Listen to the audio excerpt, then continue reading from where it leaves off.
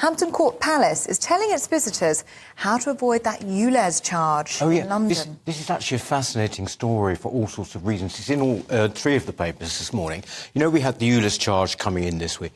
And, of course, people have been destroying cameras and things. But this comes from Hampton Court Palace, which is actually run by the Historic Palaces charity. What it is that when you approach Hampton Court, you're OK when it comes to the ULEZ charge, but when you leave, you immediately go into it. So they are putting on their website saying, don't turn that way, turn this way, right? I admire them for doing that, you know, because the fact is, Hampton Court Palace, along with other places like Chessington Zoo and places like that, they are caught right in the middle of this outrageous charge, you know, and so they're actually sort of helping people, and I think they provided a public service, I think. I suppose it's interesting, Nikki, because this isn't like sort of those who are vandalising cameras or anything. This is perfectly legal. It's saying just use this exit, not that one. Absolutely. I don't really know why everyone's gotten such a hoo-ha about it. Oh, actually, because it's not going to bring any money in if Hampton Court Palace, they go around this way and not that way. And I think it's perfectly reasonable for any property that expects people to come and visit to give those instructions, because actually people are remarkably easily put off by things like, you know, how many times in London, certainly I live in London, how many times have I said, oh, you know what, I'm not going to bother because there's a strike on or the road's closed or, you know, it's just too tricky to get there. So I think it's perfectly reasonable. And, you know, Hampton Court Palace is of national importance. It's a beautiful place. It's, you know, its kind of exhibitions are out of this world. And the idea that they would suffer because of ULEZ just seems preposterous, really. But it does highlight, doesn't it, for those on the outskirts of the ULEZ boundary, especially if you're a small business. Oh, you know, the anger, I know you've covered it a lot this week on GB News, but the anger about this is just off the charts now, and I'm quite right too. I mean, fact is, you know, it's £12.50. If you don't pay it, the fine is huge. I think it's something like 150 quid pretty quickly. And also, people are not convinced, quite rightly, that this is actually a sincere thing, you know, that this is not about air quality, this is actually about a tax, you know, being put on cars that are considered unsuitable. You know, we've even had the situation, again, which came to light, where the only kind of academic who's actually said air quality is improved is, in fact, someone who gets money from the mayor. He's at Imperial College. No, I mean, but of course, what the mayor would say, and what he's been saying all week, is that this only affects 10% of cars. If you drive a classic car, it's not covered. If you drive a car petrol after 2006, it's not covered.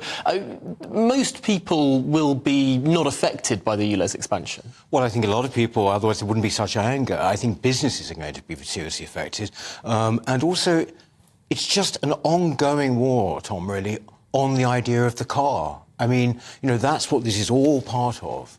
And if you're not careful, this mayor is going to just suck all the lifeblood out of this city, I think. You know, the Hampton Court story might seem like a small one, but, you know, in a way it's indicative, actually, of the general attitude, which is people do not like this. Okay, no, I mean, people don't, but I think what is important to say, Peter, is that, you know, there are so many instances now of children that are really suffering with asthma and respiratory problems because of the quality of the air in London. There are children that have died. You know, these are parents that have campaigned for years about this. And also, let's go back to who introduced this policy. Actually, it was Boris Johnson who wanted to do this, first of all. Absolutely. No, I didn't. It might well have been. I'm not sort of standing up for, you know, Boris or the Tories or anything on this. What's been fascinating is that, in fact, air quality on the tube, which I use a lot, I don't know whether you do, is actually appalling. Nothing from the mayor about that. Yeah, I mean, that's a very valid point. There are air quality issues everywhere. Because he can't get money from it. No, but he could have done more to do, you know, he could have raised parking. There are so many other areas he could have gone to if he wanted to just make money. I do think he actually believes in this policy. What I think the problem with it is that he's not selling it properly to people. Instead of saying, I know this really hurts you, I know this is going to hit all of us who use cars, I know it's going to make your business difficult, but we have to do it for the sake of our children. That's how to sell it. That's the whole point of it. It's for people's health. Look, what about the public health issue? Yeah, the thing is, when you say, you know, we should care about kids and all the rest of it, I mean, the fact is, look, it's like the smoking. It's the smoking argument. You know, if you really care so much about health, just ban cigarettes. That's what people say. There's a logic to that. He should do that with cars, right? Why he doesn't is because it's a money-maker. That's why it is. And similarly with cigarettes, you know, the tax goes straight to the government. It's a form of revenue. That's what this is about. I think you're being way too... I say you're being naive about his motives, actually. Oh, well, I don't think so. I mean, I have a baby daughter. We live in the outskirts of London. Yeah. This policy would positively benefit her health.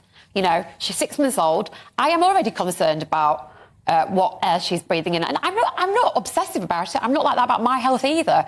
But the point is, if a policy that will only affect 10% of people can be brought in that will positively stop her having respiratory problems and to hundreds and thousands of children around, you know, often the poorest children in London, let's be really honest about that. Although, let's be honest about the 10% as well, because it's not the 10% of richest or most expensive cars, it's the 10% of perhaps cheapest, oldest cars. No, but the issue of that, what they cost isn't the matter. It's the fact that they're polluting. If the more expensive cars were polluting, well, then go after those. But it just so happens that they're not.